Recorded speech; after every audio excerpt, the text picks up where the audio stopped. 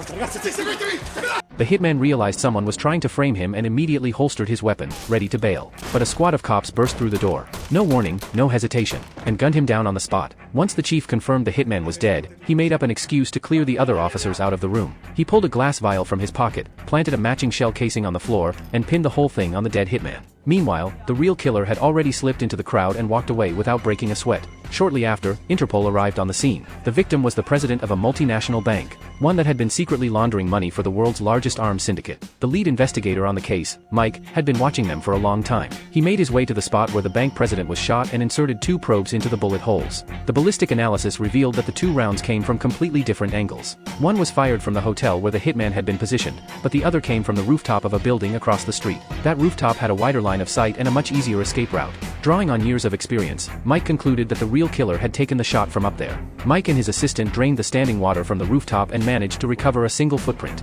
Lab results showed that part of the shoe's sole was made of metal. What's more, Mike recognized it. The exact same footprint had turned up at a murder scene the year before. Back then, Mike had actually crossed paths with the killer briefly. They figured both hits were the work of the same person, but with so little to go on, tracking down the real shooter seemed nearly impossible. Mike wasn't about to give up. He grabbed his assistant and headed straight for the airport, figuring the killer would want to get out of the city fast. And going through security means taking off your shoes. They pulled up the airport surveillance footage and started combing through every frame. They finally spotted the killer, but this guy was careful. He deliberately dodged every camera, and not a single frame caught his face. Just when the investigation hit a dead end, one of the analysts came through with a lead. They'd tracked down the shoemaker who custom-made that unusual pair of shoes. At the same time, Mike's mole inside the bank was getting ready to check in with an update, but a shadow darted behind the informant without a sound. Just 2 minutes later, the informant started vomiting violently and collapsed to the ground.